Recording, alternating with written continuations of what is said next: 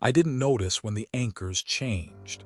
My kid sister did, mouth full of cereal, finger jabbing the TV. Who's the new weather guy? On Channel 5, the map was the same. Ohio counties in Crayola colors, a red polygon blinking over our ZIP code. The man doing the pointing had the parted hair, the blue suit, the too white shirt. But he wasn't our guy. None of them were. Every face had the same plastic smile, like someone copy-pasted a person and forgot to change the eyes. "Remain inside with doors and windows locked," he said, and the crawl at the bottom chewed through school closings like the ticker for the end times. "Close shutters to prevent breakage. If you hear sirens." I pulled the curtain. Blue, not a cloud in sight. A perfect September blue that smelled like mowed grass and hot blacktop. Dad huffed without looking up. "Sounds like a lot of fuss over nothing." He went back to his coffee, 2 pink sweeteners dissolving in a nicotine-yellow mug. Mom didn't answer. She and my sister stared at the crawl like if they blinked it would vanish and the world would be fine again. Canceled, Stark County Fair Parade. Suspended, Friday Night Lights, Massillon vs. McKinley. The keys were cold in my pocket. They felt heavier than usual, like they knew where they were going. It couldn't have hit a worse week. If the town was going on high alert, every adult in my life would triple lock their kids. I wasn't going to make it to the front door without questions that had no good answers. Our plan wasn't built for an audience. "Garage," I said, making my voice breezy. "If there's hail, I don't want the hood to look like a golf ball." My sister rolled her eyes. "A little hail might improve that thing." I smiled, grabbed the backpack I'd hidden in the hall closet, and stepped into the air that didn't match the TV. The screen door clicked like a seatbelt buckling. 2 seconds later, the keys were in the ignition. The Civic's engine coughing awake with that embarrassed rattle that always drew commentary from Dad when it was cold. I didn't look back. I could see it anyway. Mom doing that soft, "What's taking him so long?" Dad's eyebrows making a tent, trying to remember where he'd seen that look in my eyes before. My sister playing it up with a gasp and a finger at the driveway. Because drama is her love language. The main road unspooled out of town, past the antique store that used to be a hardware store that used to be a feed store, past Our Lady of Perpetual Sorrow where the roof leaked in the snow. I ran the windows down and let the air flash freeze my nerves. The radio was the same on every station, the script with different mouths. "Remain inside, lock your doors. If you hear sirens, shelter in." I cut it. I wasn't alone on the road. Minivans. A Dodge Ram with a flag you could use as a sail. A Jeep with a softball decal. People were driving like you drive when a blizzard is rumored but hasn't arrived, fast, a little lighter on the wheel, a little meaner. Every face I passed had that squint toward nothing on the horizon. 20 minutes to Katie's. 20 minutes is a canyon when your hand shakes on the shifter. Our town isn't the kind that forgives out loud. If you want forgiveness, you wait until enough casseroles have been delivered to forget your sin. Sex before marriage sits in a glass case with devil's music, and Dungeons and Dragons, and Halloween is for Satanists. We'd put our fingerprints on every item in the case. I was a year older than Katie. We'd been together long enough for people to decide they knew what we did when we weren't doing it. 2 days ago, her mom borrowed her phone to take a photo of a pie and never gave it back. She called my parents an hour later, voice saint-sweet. Everyone agreed. The relationship ended today. So yesterday, Katie and I made it permanent in the other direction. She had $600 in a savings account from a summer at the pool concession stand. I had the Civic, which, yes, vibrated like a toothbrush at 80, but the title was in my glove box. Chicago was a half day if you didn't stop for anything but gas. We liked the way the word felt in our mouths. Her house sat on a patch of Lucas County that's been going to seed since before I was born. White vinyl siding that never stayed white. A yard where the grass grew in different colors like a muddy rainbow. Her job on Saturday mornings was to hang sheets so the neighbors could see domestic virtue whipping on a line. The sheets were already out.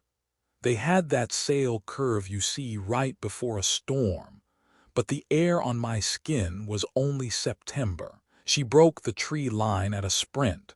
Red hair, black tee, jean shorts.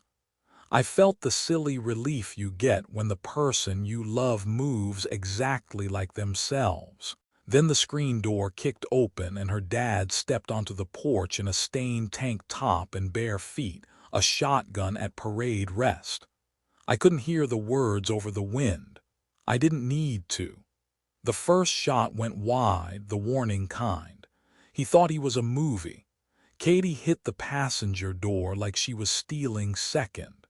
I was accelerating before the latch caught. The second shot pinged the trunk and I swear the Civic picked up its skirts. We laughed like criminals when the house was an inch on the mirror. She kicked her shoes off and put her feet on the dash, and I told her she was a cliché, and she told me I was in love with one. If we make it to Chicago by dark, she said, I'm buying you real pizza. You mean pizza with opinions. Opinions are free, pizza's expensive. We didn't notice the road emptying. We didn't notice that every yard had a grill cover strapped down and nobody standing beside it with a beer. We didn't notice how the trees leaned the same direction, like the whole county was listening. Katie noticed first. She pointed through the windshield, casual as if pointing out a hawk. What's that? The horizon to our right wasn't a horizon anymore. It was a wall, the kind you get when a thunderhead stacks 10 miles high, but black with a spiral carved into it, turning lazy and massive, swallowing the land like a stagey hand closing a curtain with a crank. I drifted toward the ditch. Katie grabbed the wheel and yanked us straight. Gravel spun hot and then the tires were back online. I braked too hard and we skidded to a stop in that sideways manner that earns a ticket if anyone's watching. No one was. The 4-lane ahead was empty as a shut-down mall on Christmas. The rest area's sodium lights were dead. The billboard that used to joke about covered bridges was a rectangle of black. I wanted a cop to materialize with a hat and a flashlight and tell me I was being stupid. I wanted my dad to tell me to stop being dramatic. I wanted a grown-up who knew anything. Screw it, I said, and the sound of my voice surprised me. We go through. Sooner begun, sooner done. Mr. Maysfield in sophomore English, who also taught driver's ed and told us hands at 10 and 2 like we lived inside a textbook. The silence fell away as we crossed into shadow. In its place came a mechanical howl, somewhere between a civil defense siren and a whale dying. There were no poles for sirens out here, just soybeans and the ghost of a telephone line. But the sound found us anyway. It didn't seem to come from air. It came from inside your head like a headache you could hear. I expected rain like a dump truck. It wasn't rain. The wind just stopped, like the whole county took one long breath and agreed not to exhale. The air got wet and warm. It went black enough that the headlights made a tunnel, and everything outside the tunnel ceased to exist. A semi sat on the shoulder with the driver's door open, dome light glowing on a coffee cup that steamed wrong, too slow, like molasses trying to imitate heat. I wanted to stop and look for a body. I wanted to keep moving more. Do we turn around? Katie's voice was small. The line of daylight behind us looked like it was a state away. No, I didn't know why I said it. I knew only that going back felt like walking deeper into someone's mouth. We drove for 20 minutes. The siren pressed until the fillings in my teeth hummed. The fuel light blinked. Exit 214 promised food, lodging, fuel. The sign was wrong, red when it should have been blue. I took it anyway. The gas station that rose out of the dark was clean like a showroom.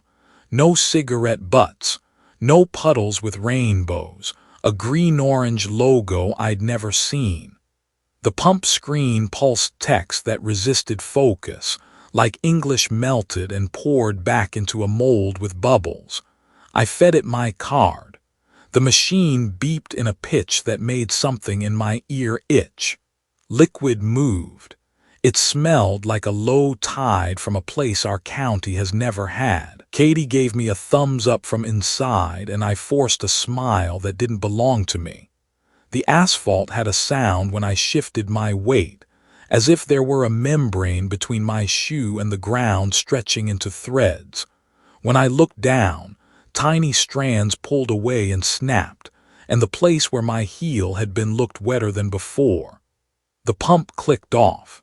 I went to holster it, and Katie exploded from the passenger seat with a scream that out-screamed the siren. "Something's in the back," she said when her words stopped tripping. "Size of a dog, it skittered." I told her to stand by the hood and open the door. The flashlight's white made a cone in the car that felt like a lifeline, then a lie. Back seat, floor mats under the front seats, the trunk. Nothing but our packs and crushed receipts. "I know what I saw," she said, arms crossed, toes at the exact edge where the light ended. The convenience store's doors parted with a cheerful hydraulic sigh when I approached. Inside, every shelf was arranged like a photo for a brochure. The soda in the cooler was the wrong red. A woman on a chip bag threw her head back in a laugh that showed teeth with maggots where fillings should be. A sports drink label pictured a hand with 7 fingers drowning in its own syrup.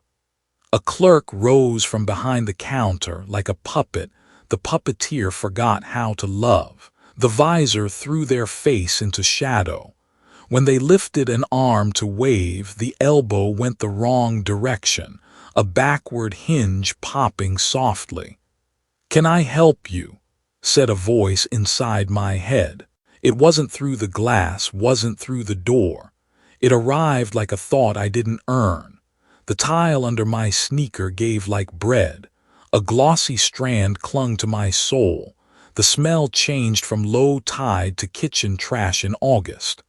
"Get in the car," I yelled. Katie didn't move. "Now." She ran. The Civic coughed when the key turned. The engine made a wet, burbling sound, and then it was like something inside it choked. Rust-colored syrup fountained from the gas cap and from under the hood. We didn't argue. We grabbed the packs and the flashlight and ran into the field, because the dark everywhere except directly beneath the convenience store's fluorescence felt safer than the light. Grass slapped our knees. The flashlight faltered, returned, guttered. I didn't look back until we hit a fence post and had the kind of argument you have with wood in the dark. When I did, something crawled out of the Civic's trunk space and unfolded on the roof. It had too many joints. It looked at us the way a house looks at its owners. We kept moving until the ground felt like ground again. Somewhere out there, the siren kept promising a basement. We found a fence line, then a road in the shape of 2 ruts. A farmhouse materialized at the edge of the flashlight's dying beam, 2 stories and a deep porch, the kind of place you paint on a ceramic Christmas village. Every window was shuttered but one. The kitchen window gaped open like a breath. "Please," he called, her voice too bright. "Our car broke down. We're lost and hungry. Can we come inside?" Only the wind answered, but even the wind sounded like it was thinking it over. The flashlight trembled and went out, came back at half strength. Katie pulled herself through the open sash. I followed, boots thumping onto hardwood that sounded blessedly ordinary, flowered wallpaper, a farmhouse sink with a white apron front, Crocs by the back door, a radio on the counter, the kind you keep for tornado season. On the wall by the basement door stood an old woman pressed flat as if she'd grown from the plaster itself. Her mouth hung open. Her eyes were wrong. It took a second to understand why they glinted that way in the flashlight's shaky cone. They were gone. The sockets were glossy, scored with crescent scratches. 2 kitchen knives lay on the floor where they'd fallen. The radio hissed and found a voice. A man with a smile I couldn't see said, calm as a bedtime story, "Remain inside with doors and windows locked. If you hear sirens, take shelter in the basement." I crossed the room and shut the kitchen window with hands that wouldn't stop shaking. The latch clicked like a lock on a jail cell. We didn't say the word trap. We didn't have to. The house creaked like an old man changing sides in bed. On the tin roof, something like rain began to fall. It could have been hail. It sounded heavier, as if the sky was dropping handfuls of wet coins. I piled logs in the wood stove and lit a fire because light felt like a thing you could hold. The smoke slid up the stovepipe and the warmth touched our faces, and some tightness inside me loosened until a low sound passed over the house, a mournful call too big for the thing making it. Shingles rattled. The rafters groaned as if a hand the size of a bus were peeling the roof back to check the brand. I saw the fire the way the thing above us might, a red dot on a black map. "Help me," I said, and we drowned the flames with water from the sink. When the last ember hissed to black, the next pass of the caller came further away. It wasn't sirens. It was something that understood sirens as a language and wanted to speak it back. We dragged a mattress into the kitchen and crawled beneath quilts that smelled like cedar chests and mothballs. I pretended to sleep because Katie's breath on my shoulder only steadied if she believed I was steady. I woke to a sound I couldn't decide was real, a polite knuckle against wood. Again and again. 3 knocks, a pause, 3 more. The clock said 10:00 a.m., but the windows were squares of night. "Hello." The voice outside the kitchen window sounded familiar and too far away all at once, like a recording of a memory. "Our car broke down. We're lost and hungry. Can we come inside, please?" Katie's fingers found mine. When I didn't answer, the voice repeated itself, same words, same little breathless catch in the middle. Then another voice joined it. Then another. When they knocked, the door shivered in its frame. "Please, please, please." I unbolted the cellar door because up felt worse than down, and because the radio had told us to do the opposite. The air that came up was cold and smelled like dirt that remembered floodwater. We stepped onto the stairs. Halfway down, I remembered something missing and lifted the light. The old woman wasn't where we'd left her. We didn't find her until we looked up. She clung to the joists like a spider, her small hands splayed at angles hands don't go, held there by a swarm of little black leech things that threaded through her tendons and out her palms and the soft webbing between her toes.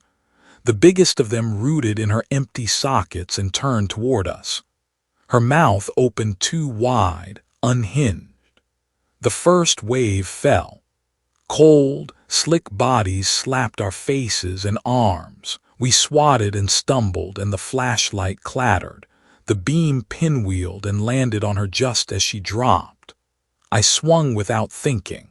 The hatchet head buried in her forehead with a pop like a jar unsealing.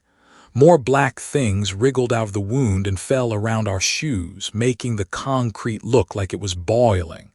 We ran. Behind us, the basement floor moved in one living sheet. On the other side of the kitchen door, the knocking turned to fists. The window latch rattled. Somewhere above the ceiling, the caller turned again in the air and the shingles rattled, warning. We killed the fire. We closed the shutters. We pressed our backs against the door and held our breath as if breath itself were bait. Outside, the voices settled into a whisper like the wind trying to imitate us. When the house finally fell quiet, it wasn't a real quiet. It was the quiet you get in a doctor's office when a fluorescent bulb hums in the ceiling and the clock thinks loudly. It was quiet as an animal waiting. On the counter, the radio found the man with the smile again. Remain inside with doors and windows locked. If you hear sirens. We didn't stay to hear the rest. The radio kept talking after we stopped listening. It became the room's throat, low, steady, repeating a script that sounded more like instructions to itself than advice for us. Remain inside with doors and windows locked. We clicked it off, and the kitchen was suddenly so quiet that our breathing felt rude. The quilt still held the shape of our bodies. The sink dripped with the steady rhythm of a metronome, each drop showing a black fleck that swirled and sank. I twisted the faucet until the handle groaned. The drip didn't stop, it slowed, stubborn as a heartbeat. "We can't stay," I said. The sentence came out like a cough. Roof, barn, keys, truck. Katie nodded like she'd already walked that route in her head. She pulled her hair into a knot that made her look younger or maybe just more focused. "We're not going down again," she said, and we both looked at the cellar door as if it might answer back. Something shifted behind it, soft, exploratory. Wood sighed. Nails ticked as if tapped in thought. I wrapped the hatchet in a dish towel to quiet the metal-on wood clink and slung it through a belt loop. We checked our packs. Their weight was normal, then suddenly too light, as if most of our useful things had dissolved in the last 12 hours. I found a pack of AA batteries in a junk drawer and shook 2 into my palm. They looked like candy, bright wrappers against my skin. "Flashlight first," Katie said. I cracked the plastic, swapped the batteries with a practiced panic, and clicked the switch. A clean white disc jumped onto the wallpaper roses. The beam felt like a hand I could hold. The floor creaked above us. Not house creak, wait creak. "Attic," I whispered. "Or the roof," Katie said. "Or the caller." We didn't give that third option the dignity of a reply. We slid the kitchen window latch and lifted slowly. The sash fought us, paint gummed, then gave with a sticky gasp. September air muscled in, cool and damp, tasting like a storm that didn't exist. The backyard was a shallow dish of dark. The barn slumped like it had spent a lifetime apologizing. "Quick," I said, and boosted Katie onto the counter. She swung a leg, then the other, and gone, just her sneakers ghosting across the sill. I followed, backpack straps squealing under the weight of everything we'd decided to carry into a world that didn't want us. Outside, the grass dragged at our ankles. The flashlight made the path look simple, white islands to step on floating in a black sea. The house loomed behind us, all angles and shuttered eyes, listening. At the corner of the porch, Katie halted and pressed her back to the clapboard. I followed suit. We waited, counting our breaths like we could bargain with them. The door rattled once, twice, then stopped. A single knuckle tapped the window, knock, knock, knock. A pause, knock, knock, knock. Pleasantries before a home invasion. We ran. The barn was farther than it had any right to be. Between us and it, a clothesline sagged under 2 white sheets that never dried, just lifted and fell in the breathless air. For a second they filled my vision, and my stupid brain thought, wedding veils. I shouldered through, cloth lipping my face, and smelled laundry soap oversweetened into rot. Katie got to the sliding door first and dug at it with both hands. It moved a grudging inch. I joined, heels digging, and the metal wheels finally granted us enough space to slip through sideways. The barn swallowed us whole. The smell of old hay and oil and mouse urine wrapped around my face. Dust motes suspended in the flashlight's beam like a constellation we didn't know how to name. A pickup truck crouched in the far bay, boxy, faded blue under a thatch of cobwebs, hood longer than my future. Keys, Katie breathed. We split the space. I checked pegboards, the ancient Coke machine with a rusted padlock, a row of coffee cans labeled in Sharpie, bolts, nails, God knows. Her beam zipped like a firefly from workbench to tool chest to a nail beside the door. Here, she said, a ring, 3 keys, one so worn it had grown smooth, the others with teeth like tiny mountains. Outside, the house stopped knocking, stopped talking. The kind of silence you get right before a parent opens a door you've been pushing furniture against. Go, I said. We clambered into the truck.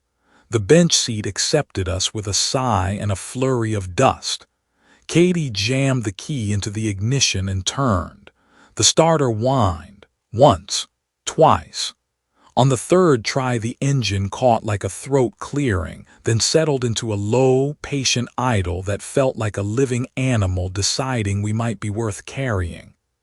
Headlights swept the barn's ribs, revealed bales rotted to lace, a tractor so old it looked like a monument. The truck's lights blew a rectangle through the gap in the door, and a slice of yard beyond. The slice was empty, which meant nothing. Katie threw it in drive. The tires rolled. We hit the groove of the door's track and jarred so hard our teeth clacked.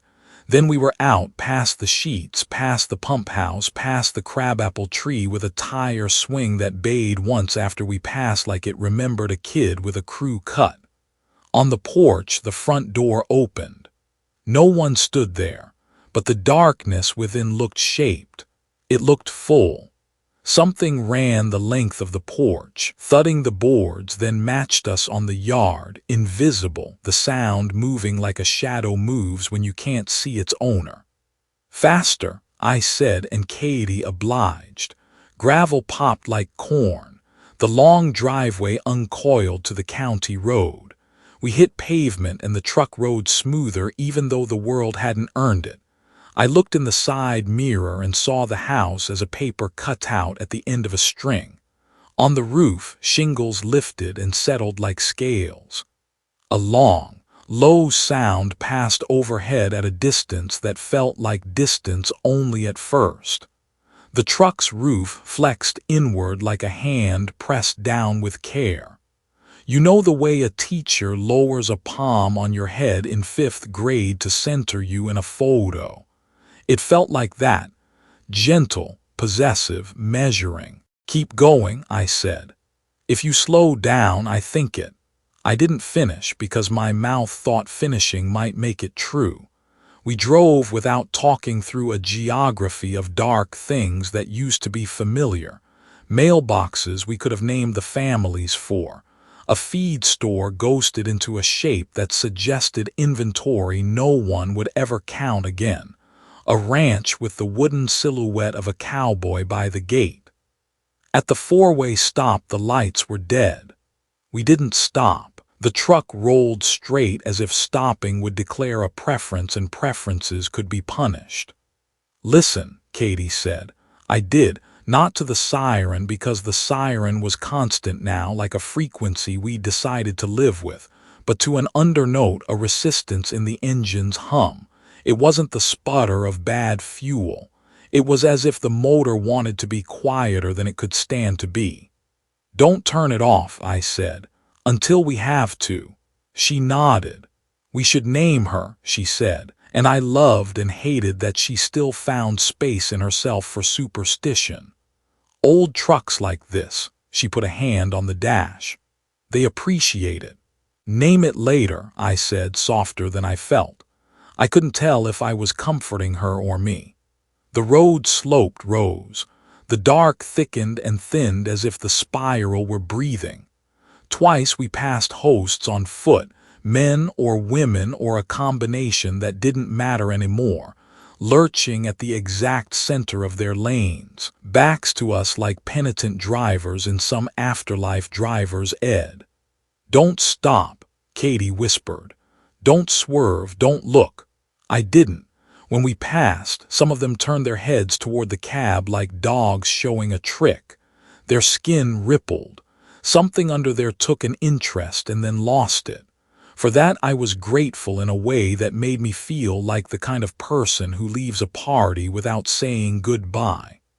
The county line came up with a sigh of bridge planks. The river below was a rumor. Our headlights found a spray that didn't look like water so much as millions of falling needles.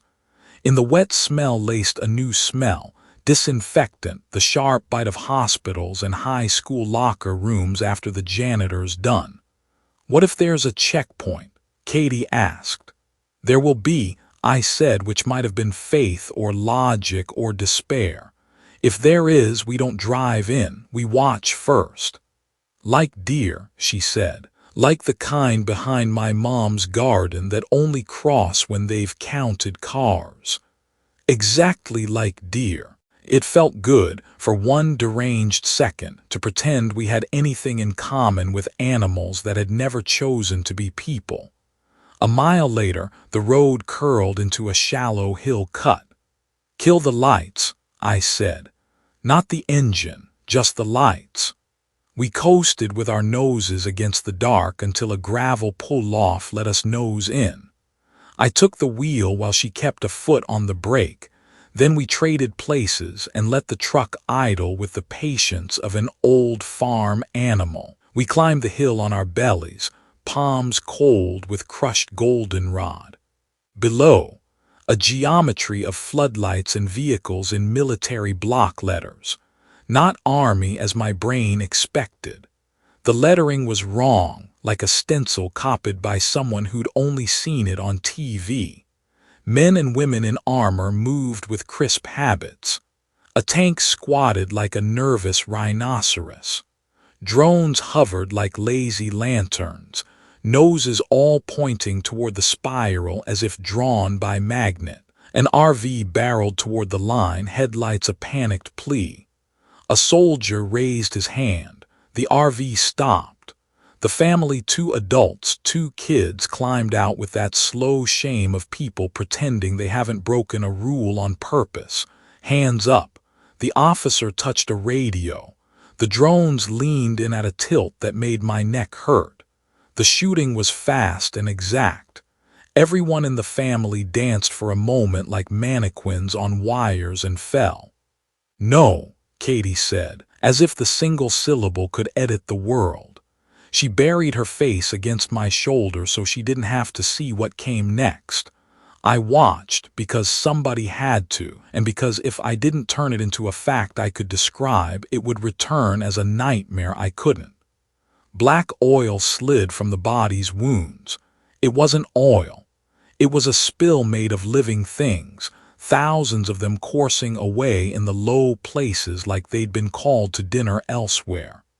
"We can't go there," I said. "Not to them." "So where?" Katie's voice did that thin thing it did when she got mad and sad at exactly the same time. "Where do we go?" I didn't know. That ignorance was another kind of whether we'd been living in for a day and a night and whatever piece of mourning we'd already used up. "Around," I said, which meant nothing and everything. "The trees, the gully. We wait for something stupider than us to distract them." As if my mouth had put in the order, it arrived. The road behind us filled with a procession of hosts. The lurchers we'd passed multiplied by dozens, coming on with a hive's certainty. They didn't make noise beyond breath and the occasional wet sound of something shedding something, but the drones reacted like a dog to a doorbell. The officer shouted. The line rearranged itself. The first volley cut down the first rank, the second volley found the second rank. The third volley met the points where the bodies got up anyway. Now, I said, we slid, half crawled, half fell into a holler stuffed with thorn. Branches wrote lines on our cheeks. Roots conspired to trip. We moved because only movement felt like a decision we were still allowed to make. The spiral's border was less a border than a bruise. One moment we were in light thin as skim milk. The next the trees ahead showed actual leaves, not silhouettes. A car went by on the road beyond, radio on, driver's profile outlined in a rectangle of safety that didn't include us.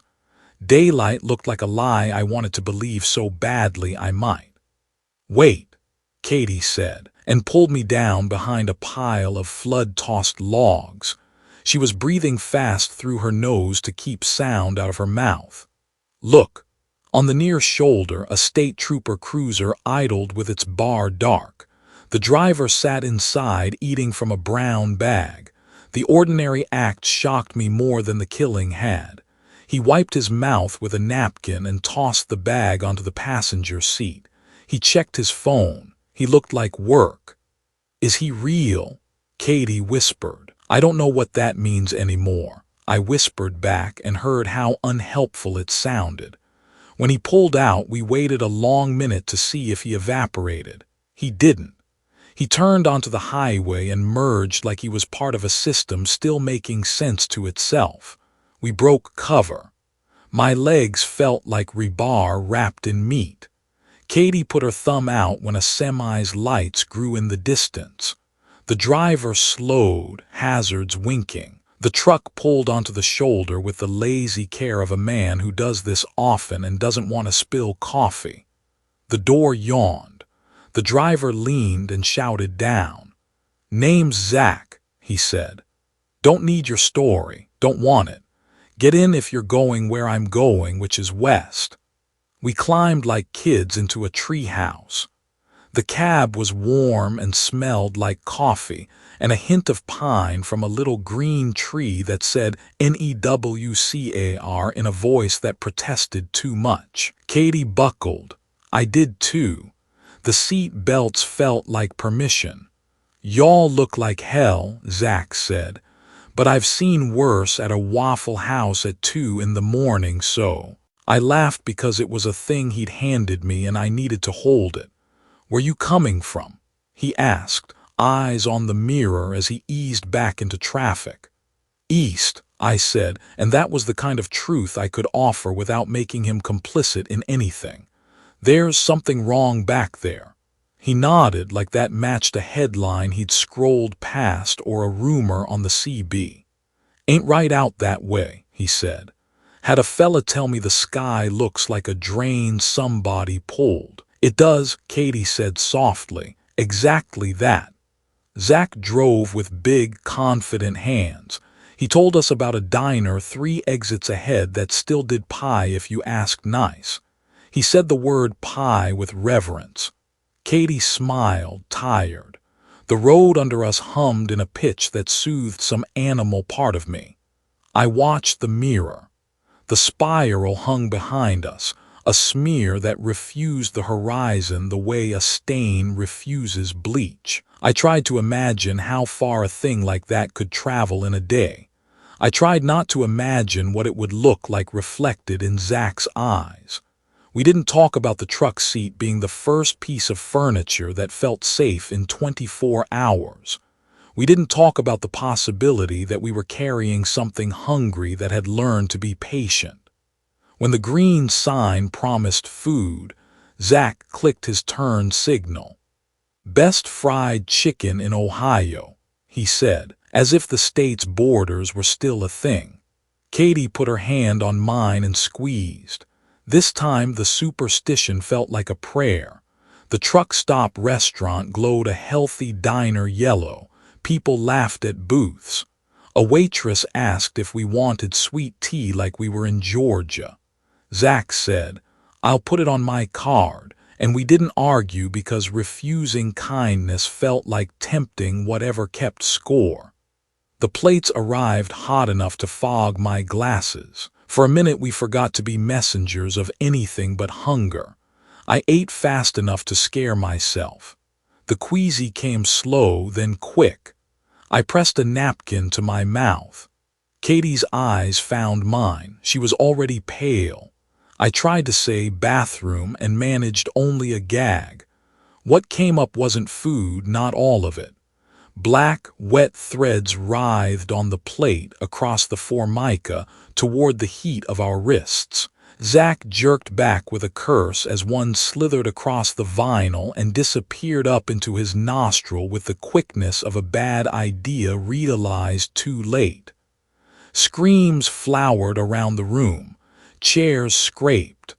A glass burst against tile. We ran. Not brave, not noble. Just two people sprinting from a mess of their own bodies making. Out back, the air had cooled into that bruised orange that makes everything look like a photograph of a different day. Sirens started to braid on the highway, and maybe they were ambulances, maybe they were the other thing. We cut behind a dumpster that smelled like wet bread. "Don't," Katie began, and the word broke. She bent double and another handful of black fell between her hands and skittered for the shade. I swatted with the hatchet handle because I didn't know what else to do, and the wood came away slick. "We can't keep doing this," I said. "We can't keep spreading it." "So we stop," she said. "Stop what?"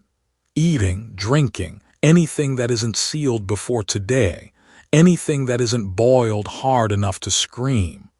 "That'll kill us slower," I said. "Maybe slower is exactly what we need," she said, and wiped her mouth with the back of her hand like that settled it.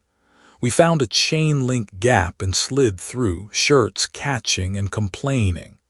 The drainage ditch on the other side was honest mud. A strip mall lay beyond, its sign rising from pansies planted by a landscaper who believed in spring. Herbal tan. Big Mike's Sports, Discount Tobacco, Dollar Plaza. We sat on concrete behind the dollar, backs to a cinder block wall that radiated the day's heat. The sounds of the restaurant behind us rose and sank. Someone shouted for help and meant it. Someone else shouted for God and didn't sound convinced he was on shift. "Okay," I said, because saying okay makes it sometimes. "New plan." Katie wiped her eyes and waited. "No sleeping twice in the same place," I said. "No basements. No fire unless we need it like a heartbeat. Heat then cold, fast if we can manage it. If we hear sirens, we move perpendicular to them. If we hear ourselves outside a door, we don't open it." "And water?" she asked. "Bottled," I said. "Still sealed, boiled to hell if we have to. If we can't, we don't. We wait to be thirsty." She nodded. The nod wasn't agreement so much as a message to her own bones, do as told. Behind us, a door thumped once. Then again. 3 neat knocks from inside the dollar. "Store's closed," a voice said from the other side. The voice sounded like if a price tag could talk. Katie and I stood at the same time. We didn't run. We moved like people who have learned something about running. Around the corner, the strip mall's front glowed with fluorescent pleasantries. Open signs blinked. The sky glowed mean and peach like it wanted to be nice and had failed. A woman pushed a stroller toward a nail salon and glanced at us the way you glance at kids selling candy bars for a fundraiser you don't trust. "We look rough," Katie said. "We are rough." "Good," she said. "Maybe rough survives." Somewhere behind the buildings, the highway, sirens layered like harmonies sung by people who never met. We cut across the lot, keeping our shadows short. At the edge, where the asphalt surrendered to a weedy embankment, something banged thin and frantic from inside a metal service door, as if 100 hands were trying to learn the rhythm of begging. Katie took my hand. Her fingers were cold and strong. "Don't look back," she said. So we didn't. And that's how we lived long enough to hear, for the first time, a siren in full daylight. The truck's engine carried us west, but the air felt thinner the closer we drove toward the county line. Katie had curled into her seat, jacket wrapped tight, eyes fixed on the thin line of daylight behind us. It was still there, razor thin, but I couldn't shake the fear that at any moment it would blink shut like an eye. The road dipped, rose, then curved along a shallow cut of trees. That's when I saw the lights. Not the warm glow of houses or the sodium haze of a town. These were white, surgical, and angry. They cut across the tree line in hard blocks, painting everything in hospital glare. "Checkpoint," I whispered. Katie lifted her head. "Military. Looks like it." We slowed, pulled into a rutted shoulder, and killed the headlights. The truck idled with a nervous tremor. I motioned to the trees and we climbed out, crawling belly flat through grass slick with dew until the hill broke and gave us a view. Below us sprawled a geometry of power, floodlights, armored trucks, sandbag walls, men and women in combat gear. But even from here I could see the wrongness. The lettering stenciled on their vehicles didn't match any Army or National Guard I'd ever seen. Angles were bent, letters too sharp, like someone had recreated them from memory. Drones drifted above the camp, black dots against the spiral smudge, all of them facing the darkness like flowers turning toward a sun. Katie squeezed my arm. "Do you think they'll help us?" Before I could answer, an RV came barreling down the highway, headlights bright as panic. It skidded to a stop at the barricade. A soldier raised his hand. The door creaked open and a family climbed out, 2 adults, 2 kids, hands raised high like they were in a movie about surrender. The officer gave a signal. A line of rifles lifted. "No," Katie whispered. The volley was quick and merciless. The family jerked like marionettes yanked by cruel strings before they crumpled into a pile. For a heartbeat, all I could hear was the ringing silence left after the shots. Then the bodies bled black. Not blood, streams of tiny, glistening parasites spilled out, wriggling across the concrete in frantic rivulets, scattering like oil down a drain. My stomach turned. Katie buried her face against my shoulder. "They're not saving people," I said. My own voice felt foreign, like gravel in my throat. "They are culling." One of the drones tilted, its lens swiveling toward the tree line where we hid. I yanked Katie lower. We crawled back, grass scratching our faces, hearts beating like fists on locked doors. By the time we reached the truck, I could feel something moving under my skin. Just a twitch, faint, at the inside of my elbow. I didn't tell Katie. She didn't need another reason to lose hope. We sat in the cab, neither of us touching the ignition. The floodlights from the checkpoint washed the horizon.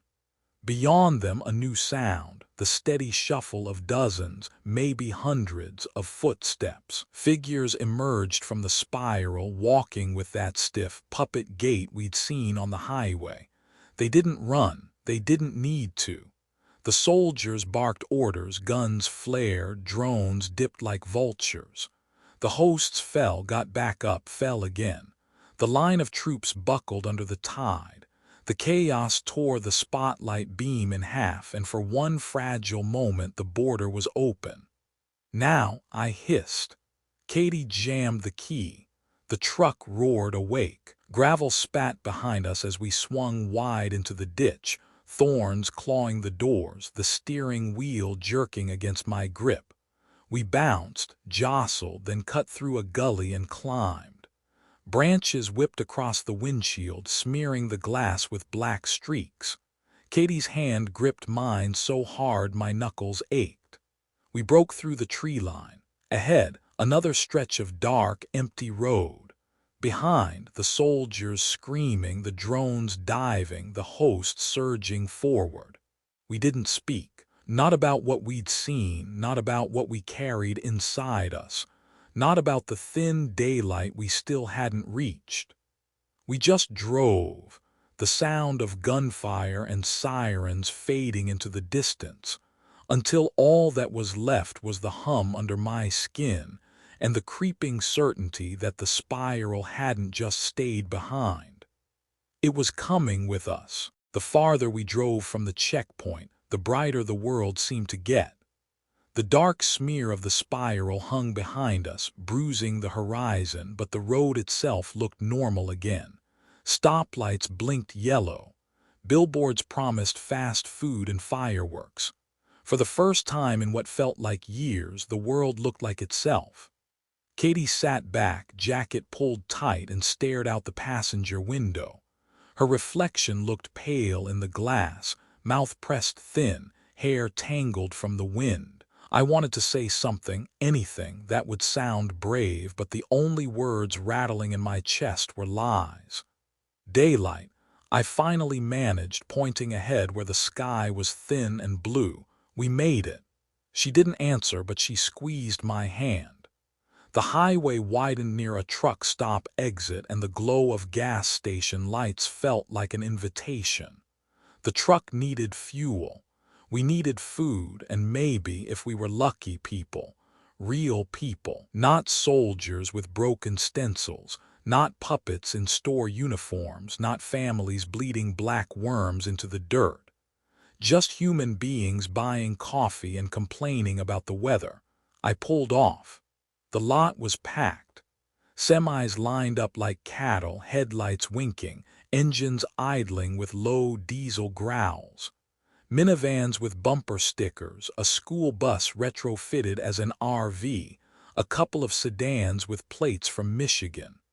People moved under the lights, stretching, smoking, laughing, walking dogs that barked at nothing. For a second I thought I'd dreamed everything. Katie's eyes brightened. See, it's fine here, they don't even look worried. The restaurant's neon open sign buzzed red against glass. Inside, booths were crowded, silverware clattered, and the smell of fried chicken, grease, and coffee hit me like a wave. My stomach growled. We slid into a booth with Zach, the trucker who had pulled us aboard earlier. He ordered steak and eggs like it was Sunday morning after church. We got fried chicken and fries. Katie laughed when the waitress called us honey and dropped 2 Cokes with too much ice. For 20 minutes we almost passed for normal. The food was hot, greasy, real. I devoured it like a man who hadn't eaten in years. My stomach cramped halfway through, but I ignored it. Katie grinned at me through a mouthful of fries.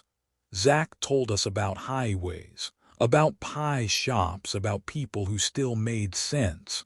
For a while, we let ourselves believe, until the cramps worsened. At first, it was a twitch, a ripple in my gut, then a convulsion that made me drop my fork. Katie froze, her face draining white. "No," she whispered. I gagged into my napkin. Something wriggled. I leaned over the table and vomited. Not food, not bile. Black, slick threads, tiny, leech-like things spilled onto the plate, the table, the floor. They writhed toward the heat of living bodies, squirming across linoleum like spilled spaghetti. Katie clutched her stomach and heaved. Her vomit hit the fries, and more of them came, squirming, frantic, spilling down the booth seat. The restaurant erupted, screams, chairs scraping, people bolting for the door. A man cursed as one skittered up his arm. Zach slapped at his face and shrieked as a worm slid into his eye. The waitress dropped a tray and stumbled back, shrieking, "Dear God," as the thing spread across the tiles like a spill that couldn't be mopped. Katie and I stumbled from the booth. My legs felt rubbery. The parasites moved with purpose, spreading, seeking, dividing. Dogs barked outside. Someone shouted to call the cops. Someone else yelled for a gun. We didn't wait. We shoved through the back door into the night air, gasping. The orange-red sunset painted everything sickly. Behind us, the restaurant was chaos, glass breaking, screams echoing, people stamping their feet as if dancing could save them. Katie bent double, gagging again, dry heaving now. Nothing came out but spit. I held her shoulders, my own mouth bitter with the aftertaste of rot. We carried it out, I stammered. The words made me dizzy. We brought it here. Katie wiped her mouth with the back of her sleeve, her voice shook. No basements, no sirens, that was the rule, but this was us. We're the storm now. From the lot came the sound of more screams. Tires squealed, engines revved. People scrambled to cars, thinking they could escape before anything burrowed beneath their skin. Most of them were wrong. Sirens wailed in the distance, high, official, urgent. Were they ambulances, police, or the other kind? It didn't matter, we had to move. "Don't stop," Katie said, eyes wild. "Don't stop until there's nobody around to hurt." We cut through the chain link at the edge of the lot, ducked into a drainage ditch, and ran until our lungs were raw. The truck stop behind us glowed like a lure, like a hive splitting open. We collapsed behind a strip mall, backs pressed to concrete. My throat burned. Katie shook so hard I thought she'd break. Neither of us said it, but the truth pulsed between us. The parasites weren't just following us. They were inside us. We could feel them, skittering just beneath the skin, patient, waiting. The sirens grew louder. We grabbed our packs and moved again because moving was all we had left. We left the truck stop burning behind us, its lights flickering through the haze like a carnival shutting down. Every step we took was louder than it should have been. Our sneakers scraping asphalt, our breath dragging in and out like old machinery. The town around us looked normal enough. Rows of houses, neat lawns, American flags drooping from porches. But no one was outside. Evening settled heavy and orange. The sirens we'd heard earlier braided into one long wail and then faded like they'd been swallowed by the spiral's throat. Katie stumbled once on the cracked sidewalk. I caught her. Her skin was clammy. I wanted to tell her it was just exhaustion, but the truth itched under my own skin. I felt them moving, sometimes only a twitch, sometimes a roll beneath the flesh of my arm. We didn't talk about it. The street ended at a small white church with a faded signboard out front. St. Michael's welcomes all potluck Sunday 6 p.m. The building glowed with warm yellow light through its tall windows, a comfort we hadn't seen in days. Katie's face lifted. "Food," she whispered. "Shelter, maybe people who will help." The words hung between us, hopeful, impossible. But she was already walking up the steps, pulling on the heavy double doors. They opened easily. Inside smelled of casseroles and coffee. Folding tables lined the fellowship hall, covered in aluminum trays. Mac and cheese, Jell-O salad, fried chicken, pies. Dozens of paper plates stacked high. Everything looked fresh, steaming. My stomach cramped with hunger and dread at the same time. Then I heard it. Music. Voices layered together, not quite in harmony. They sang an old hymn, blessed assurance maybe, but too fast, syllables running into each other like water poured downstairs. It wasn't joyful, it was mechanical. Katie and I crept toward the sanctuary. The double doors were ajar. Through the crack we saw them, the choir packed into pews, mouths moving twice as fast as the organ could play. Their faces were slack, eyes unfocused, jaws unhinging wider than natural. Words spilled out like tape fast-forwarded, the hymn turning into noise. The sound burrowed into my skull, vibrating my teeth. Katie clutched my sleeve. "They're repeating the same script," she whispered, "like the radio, like the sirens." And she was right. Between the garbled verses, a line surfaced, repeated by every voice in perfect sync. "Remain inside, lock your doors. If you hear sirens, take shelter in the basement." Over and over, sung like a refrain. I backed away. My heel crunched on the tile. Instantly, the music stopped. Every head in the sanctuary turned. Dozens of eyes locked on us. The organ's last note wheezed into silence.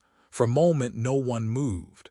Then the congregation spoke as one, voices braided into a horrible harmony. "Hungry, hungry, hungry." Katie grabbed my hand. We ran. The folding tables toppled as the first of them surged into the hall. Their hands clawed at the trays, stuffing food into their mouths so fast the chewed lumps slid down their throats in chunks. A woman crammed handfuls of raw jello mixed straight into her mouth, red powder staining her lips like blood. Another bent over the pie table, shoving her face into whipped cream and swallowing whole. But their eyes never left us. Even while gorging, they watched. We bolted for the kitchen. Pots clanged as we stumbled through. The choir's voices followed, humming in our skulls like bees inside a jar. "Basement," Katie gasped, pointing to a metal door beneath the stairs. "No," I snapped. "That's what they want." The chorus swelled behind us. "Basement, basement, basement." The door rattled as something below pounded to be let out. We scrambled up the back stairwell, bursting into the choir loft above the sanctuary. From up here, the sight turned my stomach. The pews were packed with swaying bodies, jaws distended, throats bulging with food they couldn't possibly swallow. Between mouthfuls, they sang the script, voices growing louder, words twisting until they bled into one long drone. Katie pressed her hands over her ears. "We have to go." The only exit was a stained glass window. Christ in white robes, hands raised in blessing. Without hesitating, I swung the hatchet. The glass shattered outward in a rain of colored shards. Cold night air rushed in. "Go." I shoved Katie through. She hit the roof shingles and scrambled, pulling me after. Behind us, the choir's song rose to a fever pitch. Their voices warped into siren wails, filling the church, pouring out the broken window like sound made flesh. We half slid, half fell down the roof, hitting the grass hard. My shoulders screamed. Katie grabbed my wrist, dragging me up. The church doors burst open. A tide of parishioners spilled into the night, mouths working, hymn turned siren, eyes gleaming like wet stone. We ran across the cemetery, tombstones flashing past. Gravel slipped under our shoes as we climbed the far fence. My hands bled where the wire bit in, but I didn't stop. Katie dropped to the other side and pulled me after. The choir stood at the fence line, all of them pressed against it, fingers curling through the chain links, mouths still moving.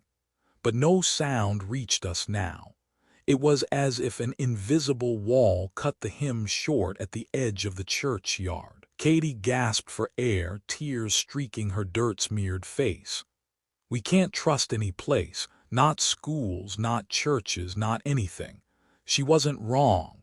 The night was silent again except for one thing, the faint sound of sirens far away, layered like a harmony, calling us, calling everyone. We turned our backs on the church and kept walking. Neither of us looked back, but I could still feel their song inside my skull. We walked until our legs turned to rubber. Gravel shoulders bled into asphalt, and every curve of the road looked the same. The church sat far behind us, its stained glass window dark now, but in my head their hymn still looped, muffled, like a song you don't remember liking but can't shake. When the green highway sign finally appeared out of the dark, it felt like a miracle. Exit 214, gas/food/lodging. Katie's voice was hoarse. Lodging, please, just 4 walls and a bed. I nodded, my stomach cramped, twisting. Hunger and infection had become twins inside me.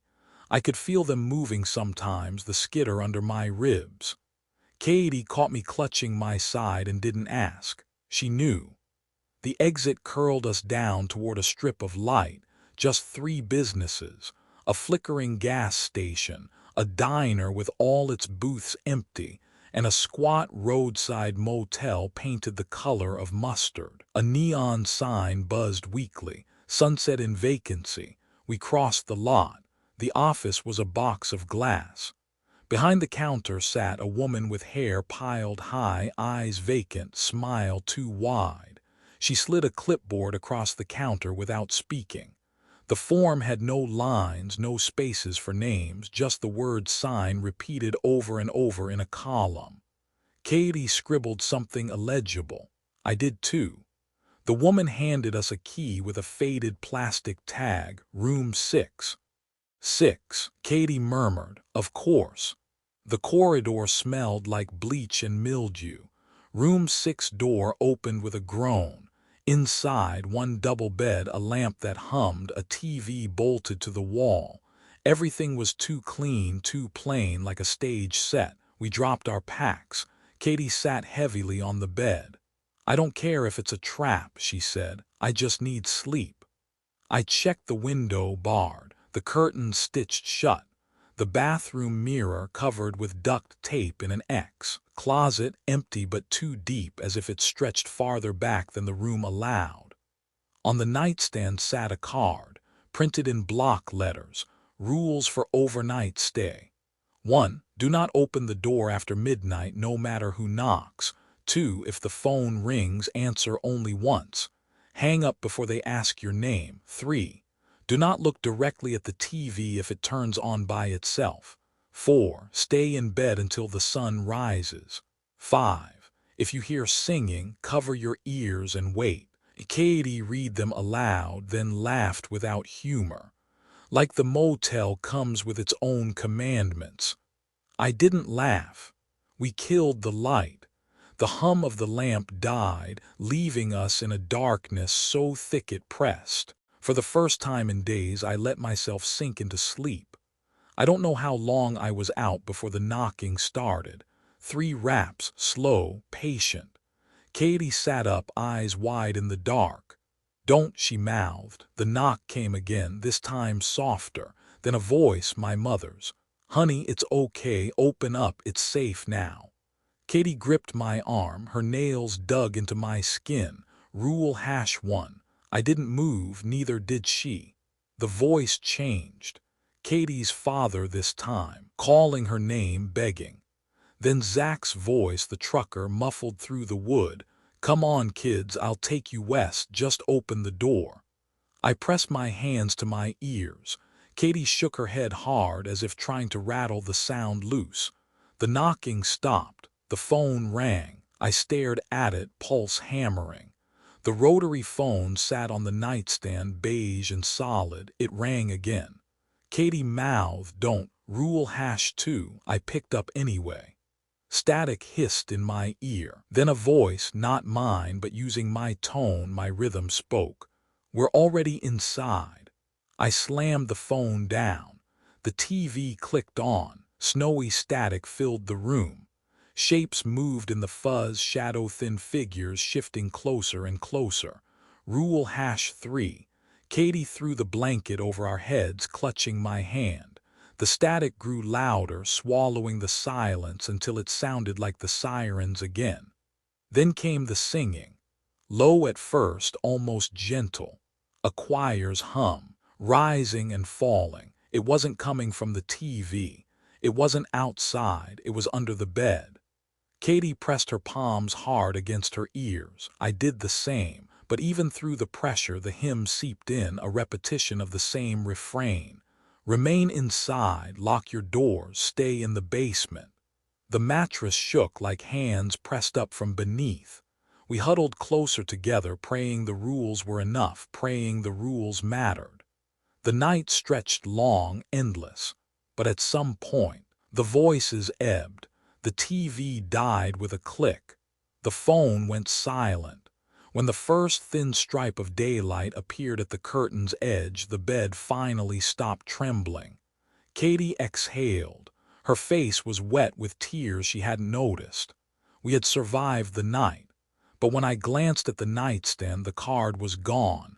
In its place sat a new one, fresh ink still glistening. Rules for night 2. 1. Do not attempt to leave before dawn. 2. Do not speak to each other if the lights flicker. 3. If one of you falls asleep, do not wake them. 4. If you hear yourself in the hallway, do not answer. Katie met my eyes. We're not staying a second night, and I believed her. The sun came grudgingly, as if it had to fight its way past the spiral's bruise still hanging on the horizon. Weak orange light leaked through the stitched curtains of room 6. For the first time all night, I let myself breathe like the air might actually belong to me. Katie sat upright on the edge of the bed, shoes already on, backpack zipped. Her eyes were raw from crying, her jaw tight with the kind of resolve you only get after surviving something you know should have killed you. "We're leaving," she said. "Now." I didn't argue. The card with last night's rules was gone, but I could still feel its weight on the nightstand like the wood remembered. In its place, the new card, Rules for Night 2, waited as if daring us to stay. I shoved it into my backpack because something in me wanted proof that I hadn't dreamed it. The hallway outside was empty. No sound, no footsteps. Just the low hum of lights overhead, buzzing like flies caught in jars. The carpet smelled faintly of bleach and mold. The front office sat in its box of glass just like last night. The same clerk sat behind the counter, hair piled high, hands folded neatly. She hadn't moved, not a muscle. Katie walked straight up and slid the room key onto the counter. "We're checking out." The clerk's smile didn't shift. No one checks out after one night. Her voice was flat, steady. A recording, maybe. "We're leaving," Katie snapped, her voice raw. "Now." The woman tilted her head. Her eyes didn't blink, not once. She lifted the clipboard we'd signed last night and tapped it with one lacquered fingernail. "You signed. That means you'll stay until the rules are finished." I looked. The page wasn't blank anymore. Each line that had once said sign now had words written in ink so dark it bled through the paper. "Rules continue. Stay until you are done." The woman's smile stretched wider. Her lips cracked at the corners, but no blood came. "You've only survived the first night. That makes you ours." Katie grabbed my arm, dragging me backward toward the door. It didn't budge. I rattled the handle, solid as steel. Behind the clerk, the motel's wall-length mirror flickered. For a second I saw us, Katie and me, reflected not as we stood, but as we would have looked if we'd stayed in the room, lying in bed, still, eyes wide open but unblinking, our mouths whispering the rules in unison. I turned away while rising. Katie slammed her fist on the counter.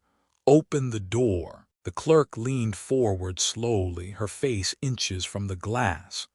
Her eyes were cloudy, milky, but I could still feel them drill into me. "You don't leave until the rules are finished. That's the bargain." I pulled the hatchet from my pack and swung. The glass cracked down the center, a jagged lightning scar. The clerk didn't flinch. She only smiled wider, as if she had been waiting for this. From the corridor behind us, doors began to creak open. One by one, in perfect sequence. 1, 2, 3, until every door down the hallway stood ajar. Shapes filled the thresholds, figures in rumpled clothes, guests who looked just like us, except their faces were slack, their mouths murmuring words too fast to catch.